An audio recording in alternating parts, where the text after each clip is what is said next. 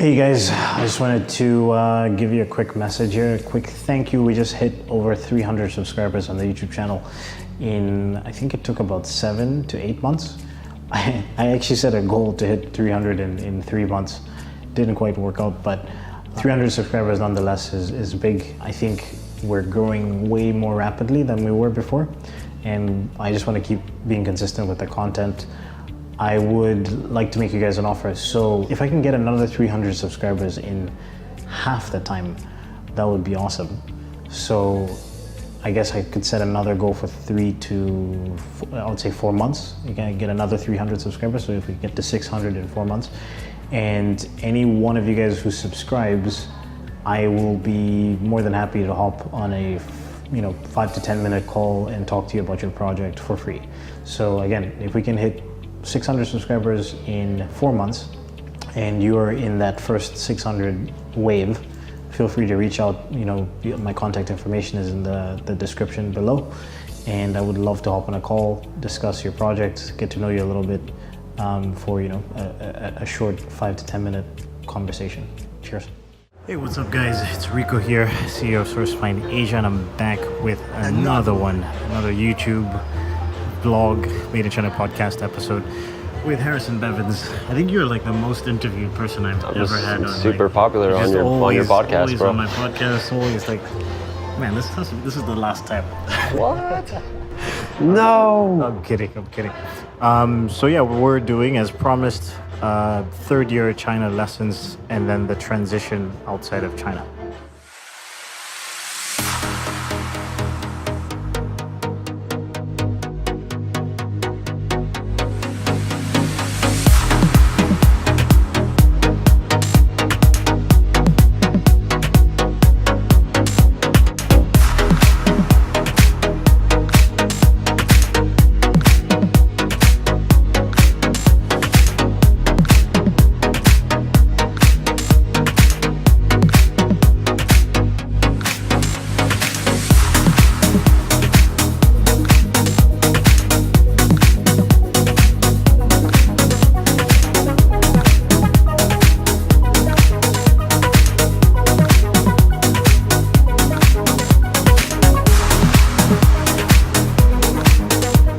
First year we did that podcast, you had just come back from Taiwan. I think you're just about to launch a drop shipping store, or maybe it already started. He's already running a drop shipping store, yeah. And then, so you talked about the experiences of like leaving China, realizing that you needed to be more productive. So you came back, I mean, it's too early to do that. Yep.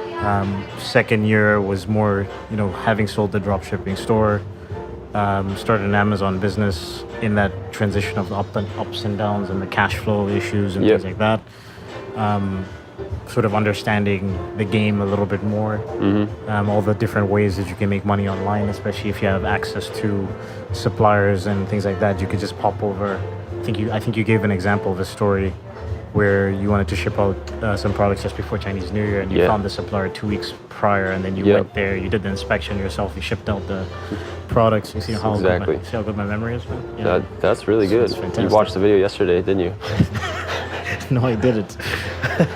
Maybe I just care about our conversations, bro. Oh, I remember it just because I did watch it like a few weeks ago. I think the last time I watched it was whenever we released it. Yeah, which I think was not too long ago. 3 months ago, I think. But we shot it last April, just to make that clear. Yeah, so that was, so the content was at the time definitely over a year ago, or about a year ago, but I released it recently. So I think right now we're both, well, you've already left China, but we're both in a position where we're transitioning out of China. Yeah. But we're always going to be connected to China because of, product businesses. I wanted to start with, I guess, when was the moment you decided, like I'm leaving? So I went back to the US in the summer of 2018, last summer. And I spent about a month there. And at this time, my Amazon products were blowing up. And I was just seeing how much money you can actually make with this type of model. Yeah. And at this point, I didn't have any other supplemental income, and I was seeing that you could live off this type of business full time and really live wherever you want. And I came back to China, and at that point, The boss just walked in. at that point, yeah, I came back in July, and at that point I was like, I will leave China before the end of this year. And that was definitely it was at that time when I made the decision that I was going to leave. Okay. And then what steps did you start making towards transitioning out? Let's see. Well, we were lucky in the fact that we didn't have an apartment lease, like a typical apartment lease. My living situation, I was living with my girlfriend at the time. Month-to-month situation. Yep. Yeah. And it was actually her boss's apartment. So the really only difficult thing was kind of getting her on board. So I mean, if I was on my own and I wanted to leave, the only thing that I would have done to prepare really is done some more research on where I wanted to go. So I guess Then getting rid of some of your stuff that you don't need. right. So yeah, I forgot to speak about that. I basically shipped most of the important stuff back to the U.S. and got rid of the rest of the stuff that I wasn't going to use. I started doing research on places that I wanted to go, places that I wanted to live. And once I got my girlfriend on board, we left at the end of October. So like 4 to 5 months after I came back. Yeah, so the transition of getting rid of your things, planning, Yes. all that stuff. Getting rid of stuff, getting the apartment cleaned up, throwing away stuff we don't use, Yeah. figuring out where we wanted to go next, buying those tickets. And then once we bought the tickets, it was committed. We picked a date, and that was it. At what stage, I guess the kind of person who would be very interested in this content, I guess it's a mix. I think a lot of people would be the guy like ourselves 6 years ago who's like, oh, okay, this is cool. These guys started businesses 3-4 years ago, and now they're able to kind of do what they want to do, which is traveling around. Mm-hmm. And then there's also the entrepreneur who's maybe been running a business for a while and is just beginning to understand the concept of, a lifestyle business. Yeah. So, at what stage financially do you think, and it obviously depends on where you want to go, but at what stage financially do you think you can start to like live in different countries in Southeast Asia? Like, how much money do you need to be making per month? Yeah, so I mean, a lot of that depends on your own level of risk tolerance as well as your lifestyle. So Yeah. you can easily live pretty well on $2,000 a month, and it just depends on what your expenses are and like if you have student loans that you're paying off or other debt. But for me, like even I have student loans, for example, that I have to pay off, that I'm making payments on, and I can live quite comfortably on $2,000 a month. Yeah. And the rest of everything I make, I'm reinvesting into the business. Now, if you want to ball out, like obviously you'll need a little bit more money, but it kind of just depends on what your personal preferences are. Well, what about you? What are your personal preferences, I guess? Well, so it's I'm becoming. I can break down mine as well, So. I think what we kind of discussed this the other night, but I'm becoming a victim to lifestyle creep, where you start making more money and your lifestyle starts to also adjust to that increases in income. Yeah. And so I mean, I try to, like, right now I'm living pretty good. I feel like I'm very comfortable. I can do all the things that I want to do, as far as going out to eat at different places, traveling when we want to. We take taxis everywhere we go. Like we live very comfortably. We are in Asia, so that helps obviously. Yeah. But like I said, you can do that on $2,000 to $3,000 a month, and it's not a big deal. And for me, that's right now, because I'm trying to reinvest in these businesses and keep them growing. I'm really focusing on capping myself and not being overly spendy. Yeah, I think for me, I mean, obviously it's quite similar, but like for the viewers, like I have a 2-bedroom apartment in downtown, like in the heart of downtown in Guangzhou. It's not like the best apartment, it's just a normal spot. But if I'm going anywhere, I'm gonna live by myself. Like that's just like I'm used to that. Either I'm gonna live by myself or I would live with somebody that I'm close with. So that's like those are like minimums for me. But I know that based on the amount of money I'm paying for my place in Guangzhou, which is between $1,200 to $1,300 a month, including utilities, I can get a 2-bedroom place here for that price. However, do I want to do that? Not necessarily. Like, I want to get a place that's cheaper but better quality, and that's possible. So I feel like if you're in a slightly more expensive spot, maybe just keeping the same expenses when you go somewhere else, or finding a place like the Philippines versus China, where it's like, if I spend the same amount of money in the Philippines, I'd be doing some, exponentially better shit on a daily basis. But yeah, just being conscious of the lifestyle creep, like you said. Like, for me, in China, like, I'm going out to restaurants maybe 3 or 4 times a week, but the rest of the time I'm ordering in relatively inexpensive food. Yeah. Food isn't too crazy out here, so. Yeah. But yeah, I take an DD Uber to work and back, and I think I took the subway for the first time in like a year. It was like 3 months ago. And you're like, get me out of this shithole. I was like, why would anybody do this to themselves? Oh man, in China it's peasants. It's a big no-no. No, I mean, it's tough. I did that on the regular, especially around rush hour and stuff like that. That's enough of the reason not to live in China in itself. Yeah, I mean, I did that when I was teaching English and whatever, and like I was living in Haiju, and I had to go to Tianhe every day. It was like a year of my life just squeezing into the train, squeezing out of the train. That was not a fun experience. Fun times. But yeah, I mean, at that time, how much were you living on in China, early days? Man, probably like $1,500 a month. But that includes like I said, that includes some of the debt payments that I had to make. You could if you take all that out, like $1,000 a month. Yeah, let's say my first 3 months in China, I was living on about $600 to $800 a month. Yeah. And then when I moved downtown, then it bumped up to about $1,000. But yeah, I mean, I was relatively like quite cheap early days. Like not like very cheap. Like my apartment was $300 a month. Yeah, it's gone up quite a bit in the last 3 years. Yeah. But even like the spot that I was in was not the nicest place, and it was outside of the city. So I think a place like that would still be probably around 400. Yeah. It wouldn't have gone up by that much. Yeah. Okay, so obviously we're saying it depends on your lifestyle choices. What are some of the reasons why? Because I mean, there's a lot of people, like for example, China Michael Michelini, other people that we know that have been in China for 10 years. Mm-hmm. Obviously, the 2 people I just mentioned have left now. But what do you think are some of the reasons why those guys were able to stay longer, and then you're ready to bounce?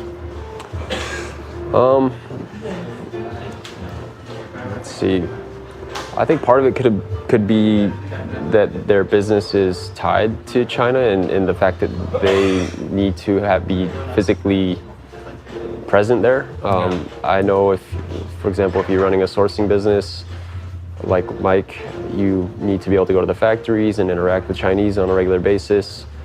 I'm not sure all of the businesses Michelini's involved in, but I think it's kind of the same thing where it just made more sense for him to stay there to grow these businesses. Yeah. And for me, what I realized is that I actually don't need to, like I established the relationships with the suppliers. I actually visited the factories. And after I've done that and I've placed multiple orders with them, there was no longer a need for me to physically be there anymore. Full time. And being there actually felt like it was hindering my ability to grow and progress because of certain things like the internet and just the mental strain of the day-to-day life and hassles. Yeah. were weighing on my conscience. Things like that. Yeah. Yeah, no, I think so. I think it's a combination of a couple of things. Well, Michelini, a big thing is he got married to. You forgot to mention that. Yeah, so that's a big one. That's a huge one. I mean, he was 2 kids, and her dad was like living with them, so it was like it's kind of you're in that situation, right? But yeah, definitely Michelini's brand and a lot of his businesses, and especially with the events and stuff like that. Yeah, he's the expert in China, right? Yeah, and that's so it makes sense to stay there. And I think also definitely they had like a love-hate relationship with the. I think everyone does. I mean, like even after I've left, I still think it will be fun to go back and visit, just because it's chaotic and it's not like any other place in the world. But living there long term, it's like a little bit of distance from it. it's like to go back. give me a little break, go back for a week here and there. But you know, that's about as much as I can handle. For me, I mean, I still plan on being like half a year in China, half a year outside of China. Yeah. Like, I think I'm gonna be going. Definitely have a love-hate relationship with the country, but I think I'm gonna be going back there for the rest of my life. Like, it's just one of those things. You know, there's certain things about China that are just so unique and so interesting that you just can't find them anywhere else. But then there's also certain aspects in terms of your lifestyle, which, you know, obviously it's becoming more expensive, but there's just certain Western comforts, I think, that I'm beginning to need. Yeah. When you, like we said, if you're starting to make more money, you want those things, and it's like, why should I keep putting up with this this nonsense? Yeah, and it's like, I mean, if you're making significantly more money, it's like, why would I spend it here? Right. I'd rather go to like Hong Kong, or I'd rather go to exactly. You know? Yeah. So yeah, I mean, there's a lot of different aspects. What do you think specifically? I guess if we could break down, I guess it's what, like the food, cultural differences, language barrier. About why one would want to leave. Yeah, internet. Yeah. For me, it was food/health.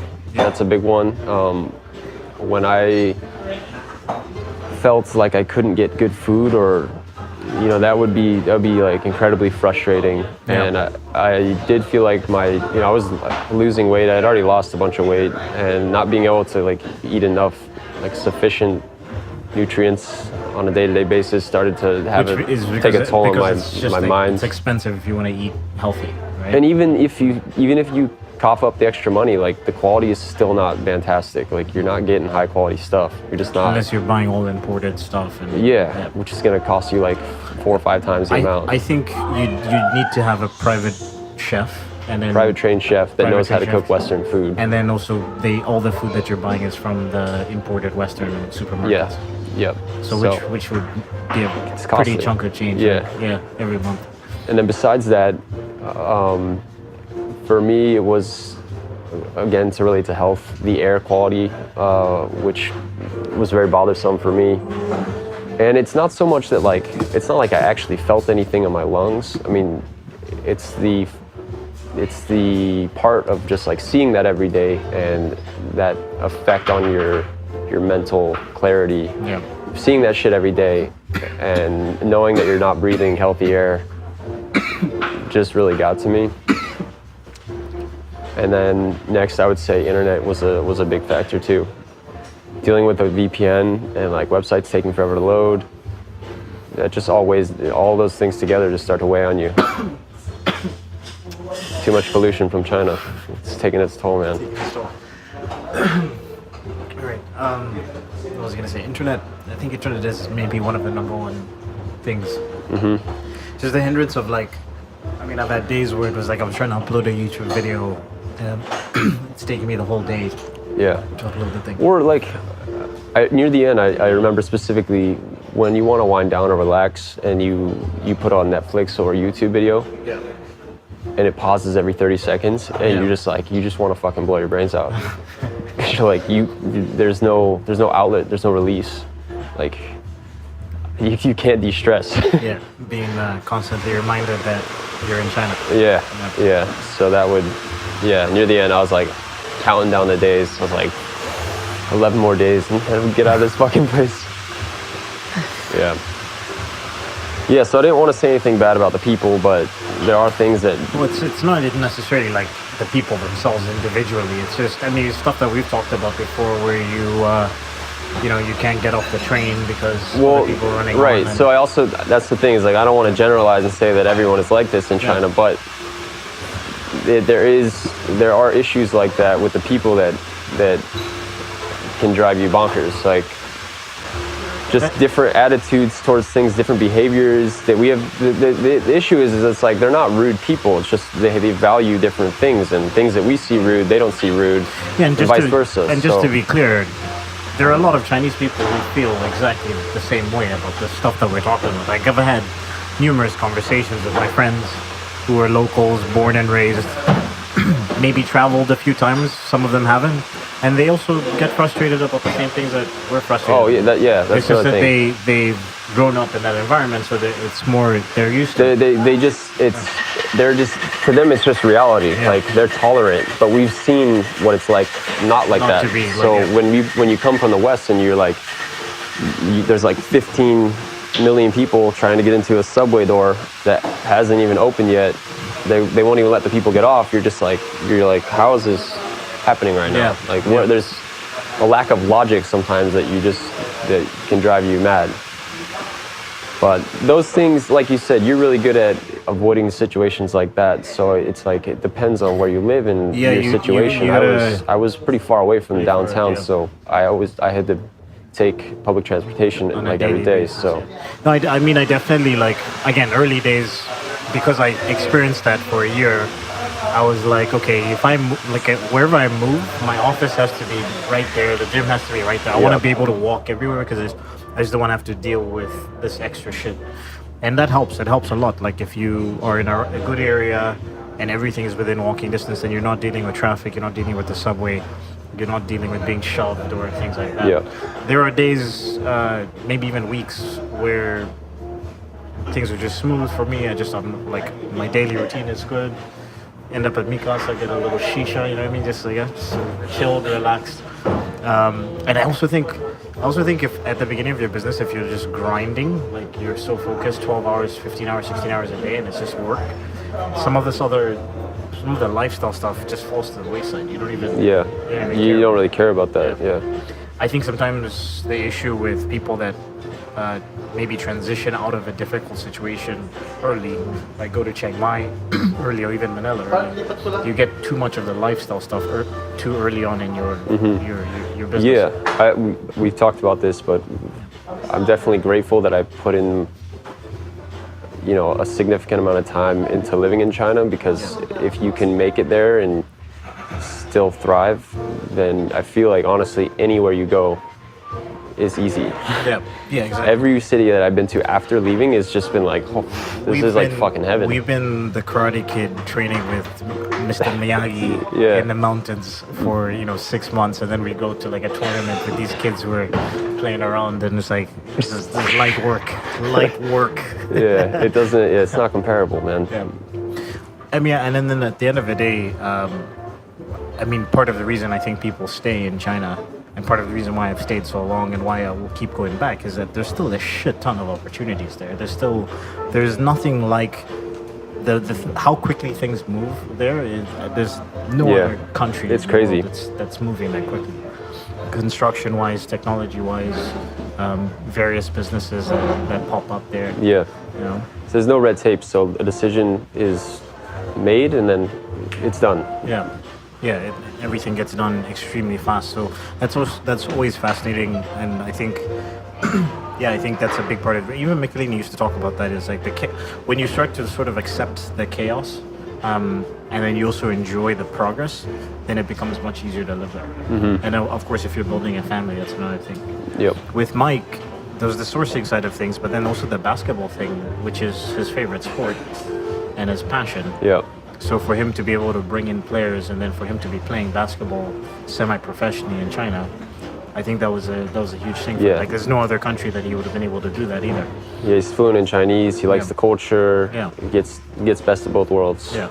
And if you talk to Mike about it, like he'll say like the reason why he transitioned out is mainly for health reasons. It's mainly just like... I think that's a lot for a lot of people. Yeah.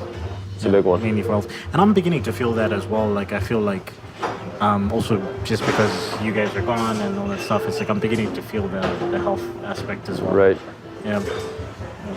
Yeah, man. We only got one chance on this earth. Between the second year to the third year of being in China, what are some of the business lessons that you've learned since running your Amazon business? Because we were talking about, Like beginning to specifically see about- the game and all that stuff, but like, what are you seeing now? Specifically about like how it relates to China or just in How general? it relates to China?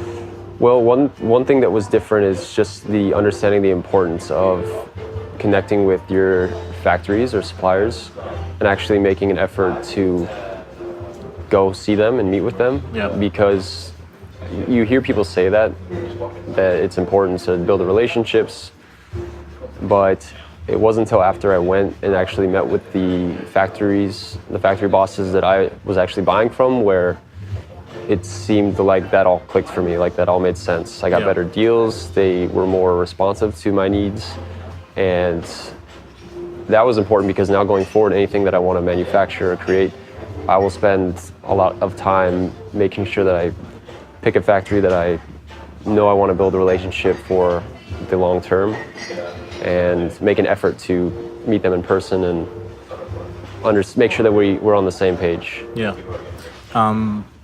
Well, you're also at a stage right now since you've been. When did you leave exactly? November? Beginning of November, yeah. So you've been to Thailand, Vietnam. Did you? I had been to Vietnam, but that was like when I first came out to Asia. Okay. Yeah. So since you left China, which countries have you been to? Just Thailand and the Philippines. The Philippines. Yeah. And You're the about to US. go to Korea. Yep. You've met a decent amount of Amazon FBA sellers that are not living Yeah. in China, never Yeah. been to China maybe, or been for like a week or two or something. A bunch. What are you beginning to notice in terms of how you view the importance of having been in China, dealing with suppliers and stuff like that, versus how they view that kind of stuff? I mean, it's interesting because you can obviously be very successful with Amazon Yeah. and never even have gone to China. But I think that having lived there and visited the suppliers and seeing how stuff is done, it just gives you a much more rich perspective. And there's just a better understanding of how they do business and how they think. And I think that is so important because you have to understand how to communicate with these people when you want things to get accomplished. Yeah. And if you have not lived there before,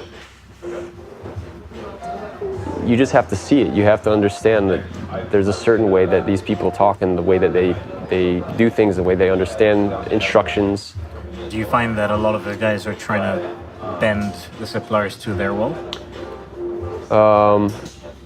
What do you mean by that? Just in the sense of like, there's certain information that a supplier needs to give a quote or whatever, and then they're like, no, why can't you just tell me that? You know what I mean, just that, frustration of like, why don't you guys think like me? Yeah, no, that's This so is that's so simple. Why That's aren't kind of you- what I was yeah. getting to. Is like, Yeah. there's just a lack of understanding of how to communicate your ideas across. That you need to set it up so that they can give you the information that you wanted to get. But yeah, telling them that getting frustrated is probably a common thing for people who haven't been there, and you're gonna get frustrated regardless. But now, if you've lived there, you have a better understanding of why you're getting frustrated and how you can solve that issue.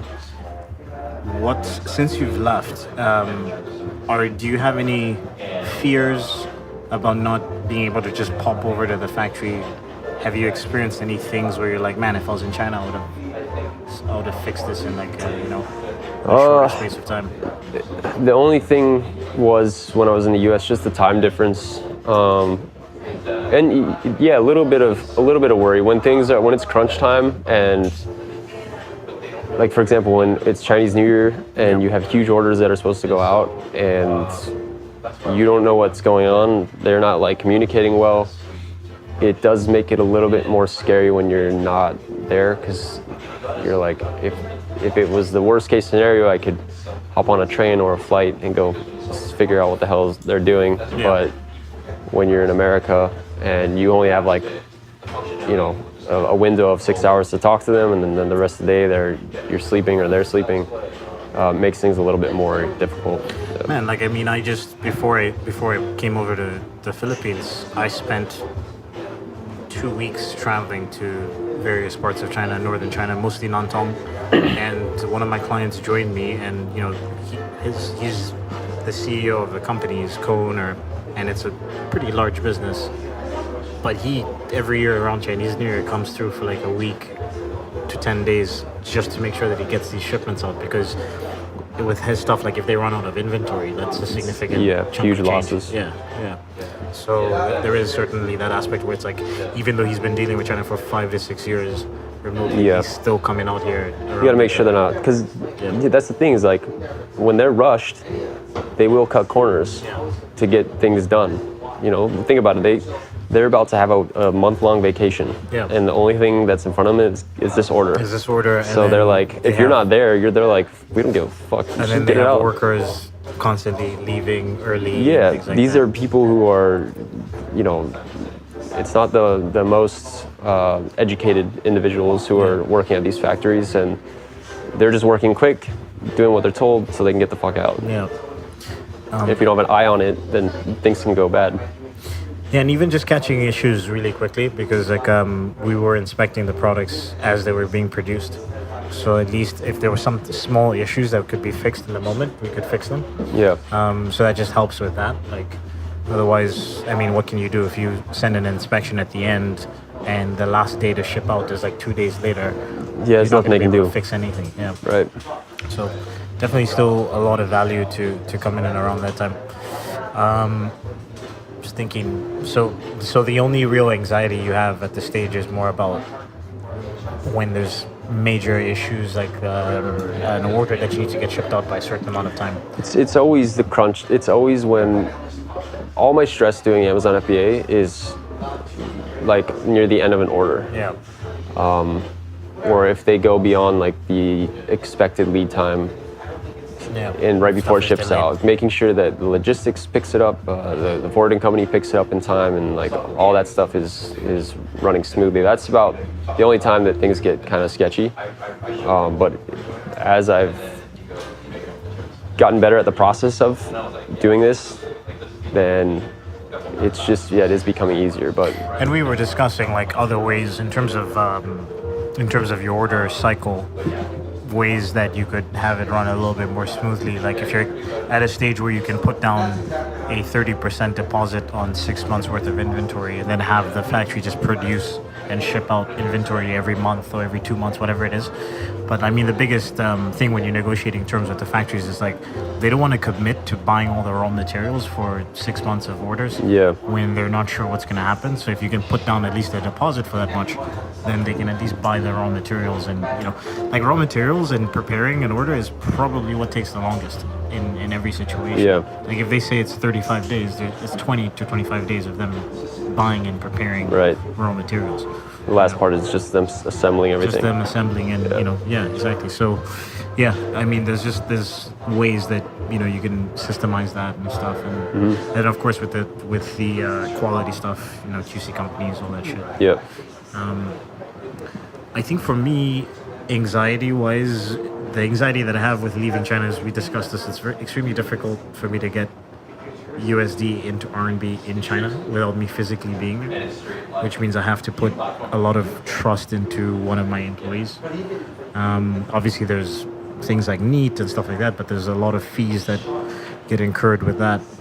And then, I mean, a lot of my stuff at this stage is problem solving, being the face of my client. It's not that frequently that I have to deal with major issues, but a good part about being here is like I could pop into China within 2 hours. Like, so like that's the like I wouldn't go to Colombia right now, for example, for 6 months. Like I would not feel comfortable doing that at all. It's too far. It's too far. I'm not at that stage yet. Yep. Time zones, all those issues. But if I'm 2 hours away from China and I'm in the same time zone, and if anything happens, I could be there tomorrow. Right. Then that's so. But yeah, my main anxiety really is just about money. Just making sure that we have enough money to keep operations running smoothly. So it's like the main thing I'm trying to figure out.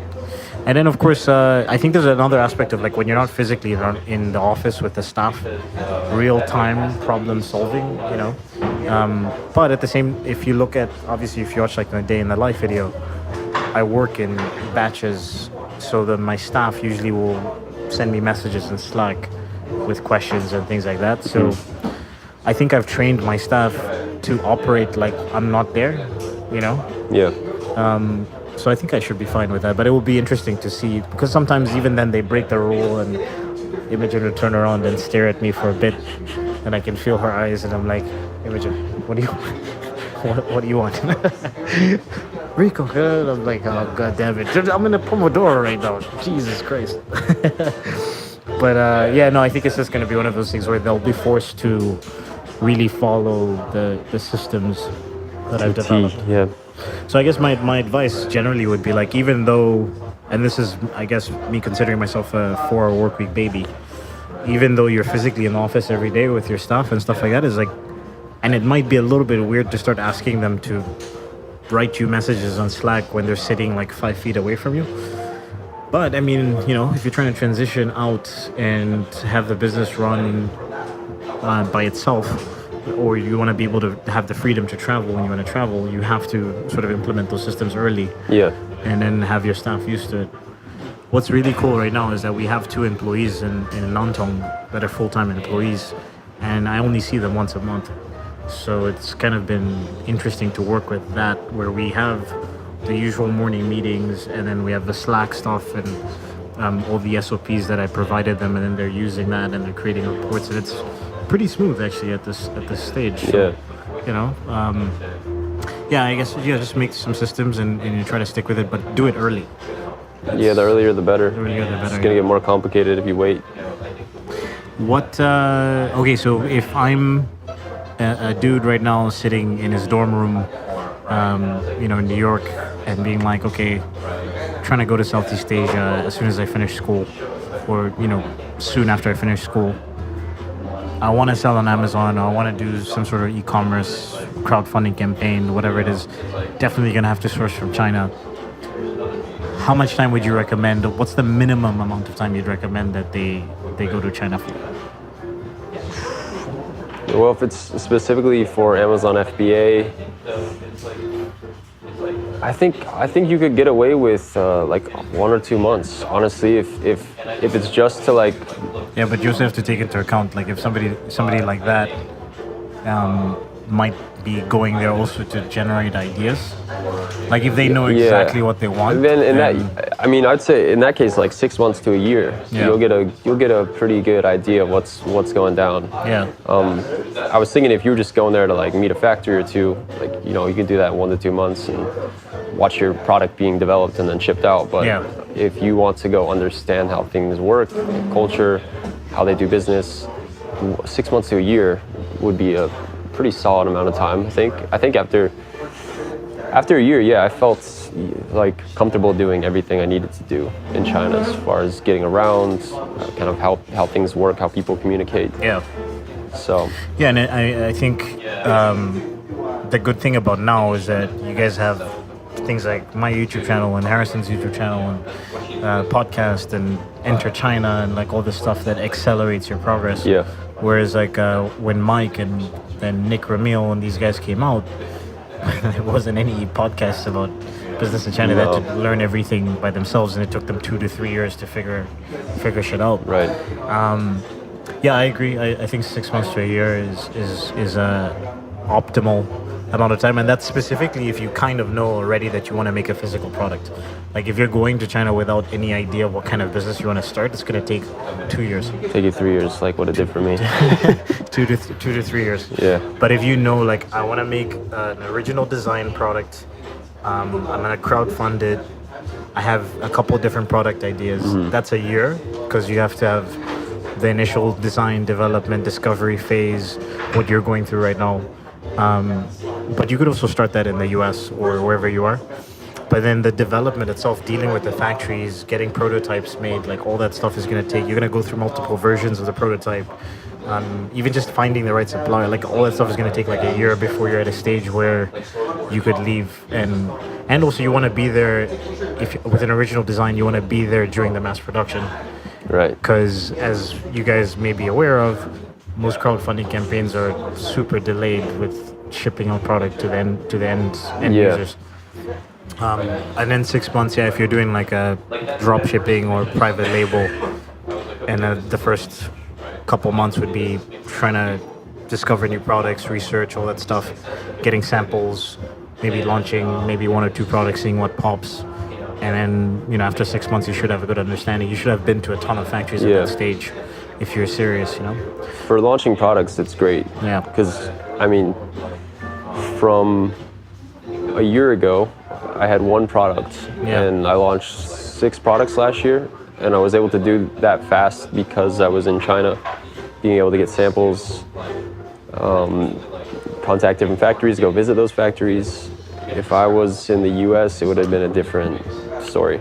On the flip side, even for guys with established Amazon businesses, I guess me and Mark I interviewed Mark. The video should be out at this stage.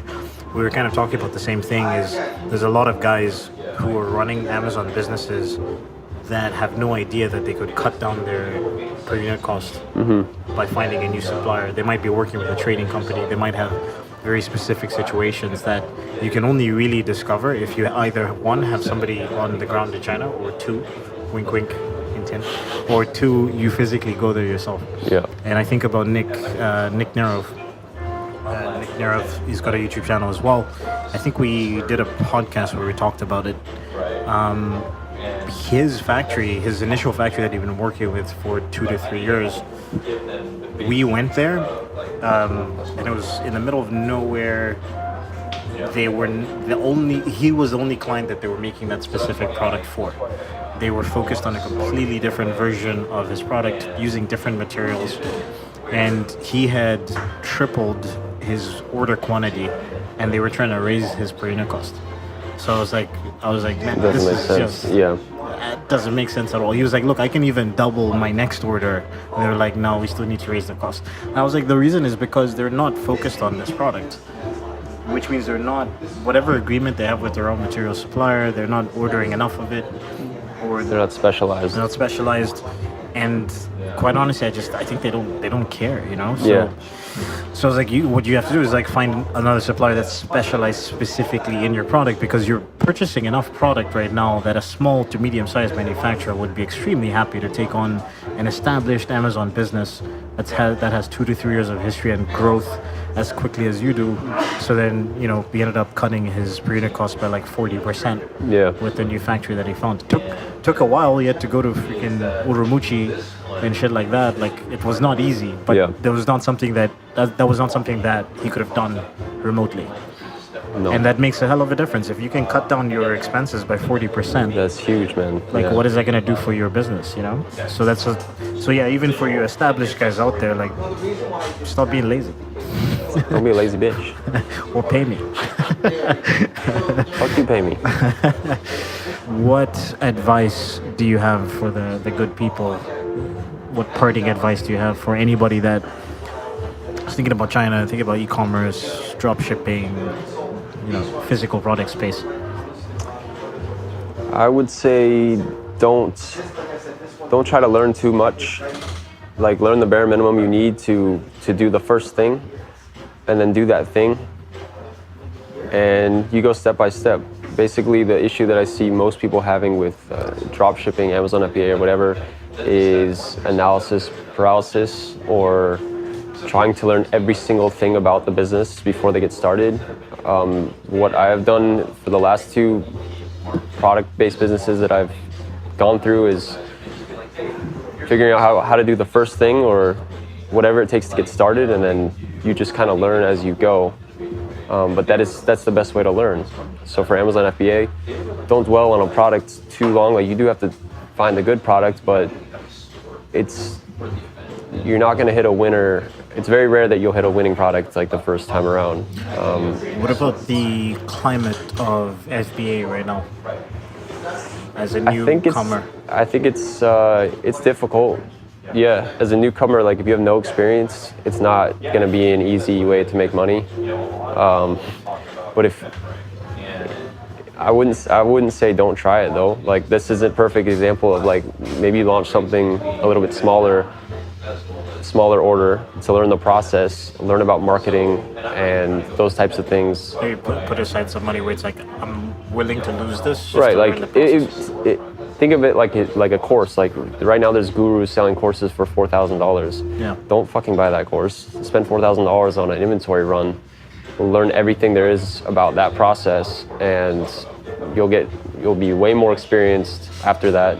You have a better idea of why that product worked or didn't work, and then you go and you build from there. Pretty solid advice there, Mr. Bevins. Was it? Yeah, that's pretty good. Oh, all right.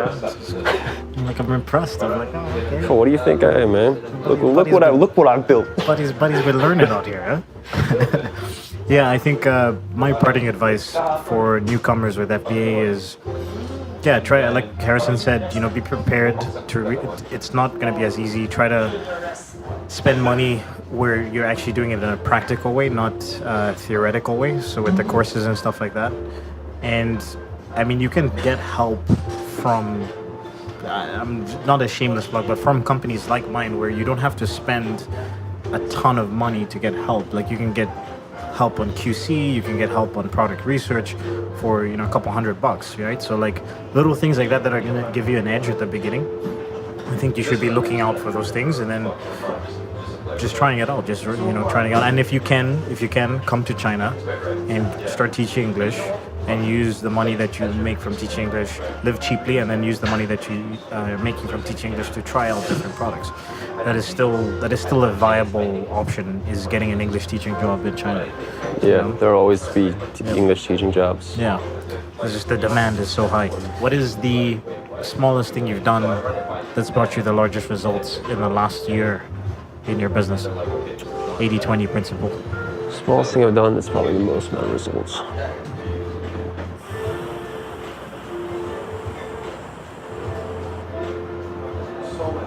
See what I did there? My questions run deep. Well, it's kind of like Tim Ferriss's question, just a little bit different. I mean, no, it's a good question. It's a good question. I would just, what are you gonna? I would have to dwell on it a little bit. Can you give me your example? For me, the smallest thing I've done that's brought me the largest results was cutting down on expenses, like being. So this is something I plan on talking about in my year-end review that I usually do, but I got kind of caught up in the idea of expansion being hiring more employees, getting a bigger office. It was more ego than anything else. Like I remember thinking to myself, I remember feeling like this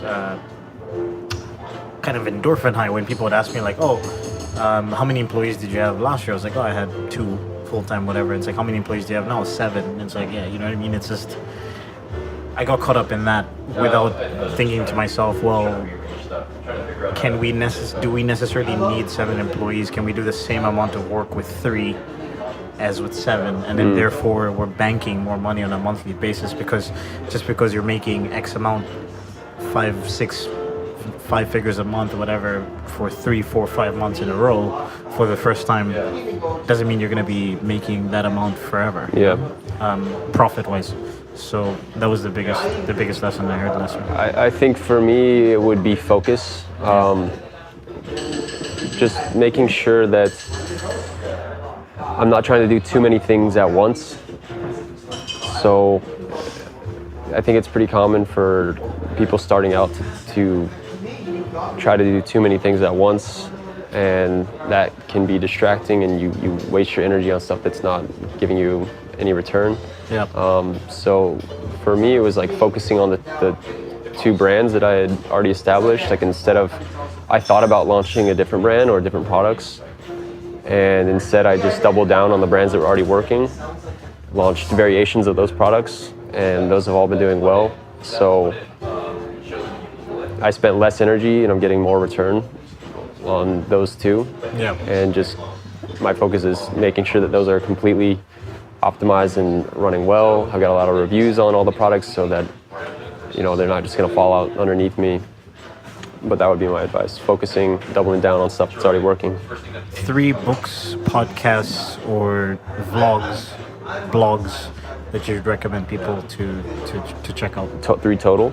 3 total. It can be a combination of whatever. It could be more than 3, but 3 total. Okay. Well, so the one that you and me talked a little bit about is the E-Myth Revisited, the book, which is really good. Even if you've never started a business or you've already started one, won't talk too much about it. Just read into that.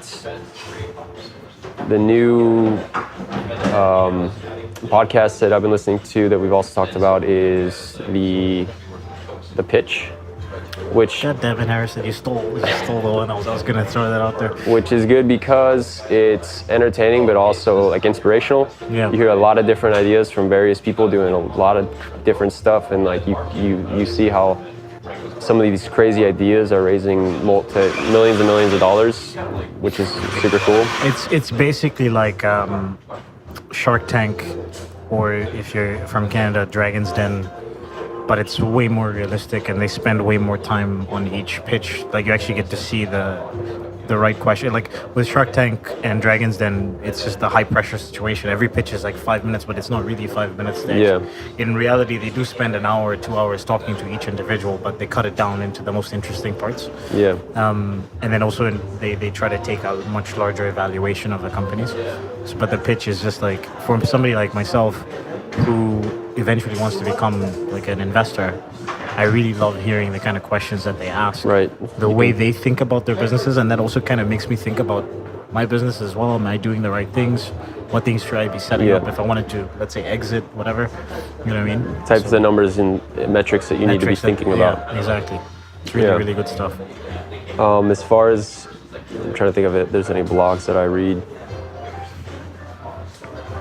This is kind of a weird, this isn't a blog or anything else, but like I've found what is helpful also is being a part of a Facebook group, or like a niche specific Facebook group or mastermind group. Yeah. So like I'd say half the stuff that I learned through Amazon FBA was reading other people's questions on some of these focused Facebook groups for Amazon. And you can ask your own questions, you get feedback. So being a part of that and contributing and also getting that information is another thing I would recommend doing. And they have got Facebook groups for every business group that you could think of, every niche, whatever, it doesn't matter industry. For me, books-wise, Crucial Conversations, something I just finished a couple weeks ago. Really good book in terms of being able to recognize when ego is getting in the way of an important conversation and adjusting to that. Like I think I told you and Carl that I think a lot of these skills that they mention in the book are stuff that people develop when you travel and you get to understand different cultures and you're used to talking to different people. And you develop that patience when you're in a new country and you're trying to get your point across, but they don't understand you and stuff like that. But it was just good to have like a formal structure to that. I was like, I do a lot of these things. I never thought about it in that way. But then there was also a lot of really solid tips that you could use to moving forward. Obviously, they focused a lot about with regards to employee-boss conversations, and then also meetings, and how ego plays into meetings, how people react to certain things. Another book would be, what was the book I was going to mention? I don't know if I mentioned this on the YouTube channel before. Another book would be Mastering the Rockefeller Habits. This book, in my opinion, man, it has to be top 3 books I've ever read. Like the 4-Hour Workweek is always number 1 because it was such a huge inspiration. But Mastering the Rockefeller Habits is like for anybody that's getting to a stage where they have 3+ employees. It gives you that structure where you have your daily, weekly, monthly, quarterly meetings and how that all flows together, and then setting KPIs and goals for the individuals in your company, and then also what the story of your company is and how all of that stuff, that structure fits together, and how to track it, and they actually give you worksheets in the book that you can download. Like I basically structured my entire company, daily, weekly, monthly, all that stuff, with the planning around that book, and then I incorporated some of the applications that we already use into it. So huge book. Podcasts, Business Wars by Wondery. Wondery is kind of like Gimlet. They're like a podcast company, so they have a bunch of different podcasts. They have Legal Wars, but Business Wars for me is like my favorite. I listen to it every week, and they just basically break down competition between some of the most famous companies in the world. So they've done like Apple versus Microsoft, they've done Sony versus Nintendo, like PlayStation versus Nintendo. And they just 6 episodes every time, and it's like a story with factual information and then voice acting and stuff like that. It really brings you into the world.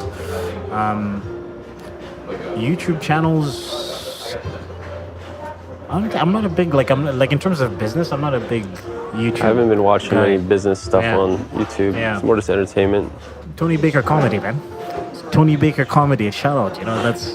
He's my favorite comedian right now, and he does like these voiceovers, animal voiceovers, which is like he's like world class at that. Like It's really funny. he gets the sound effects. Like I don't even know how he did breath control. It's like legit. it's really really fun. He has an Instagram page as well, Tony Baker comedy. That's where most of like his clips are. So check that out. Yeah, that's it. So again, if people want to find you, where should they go?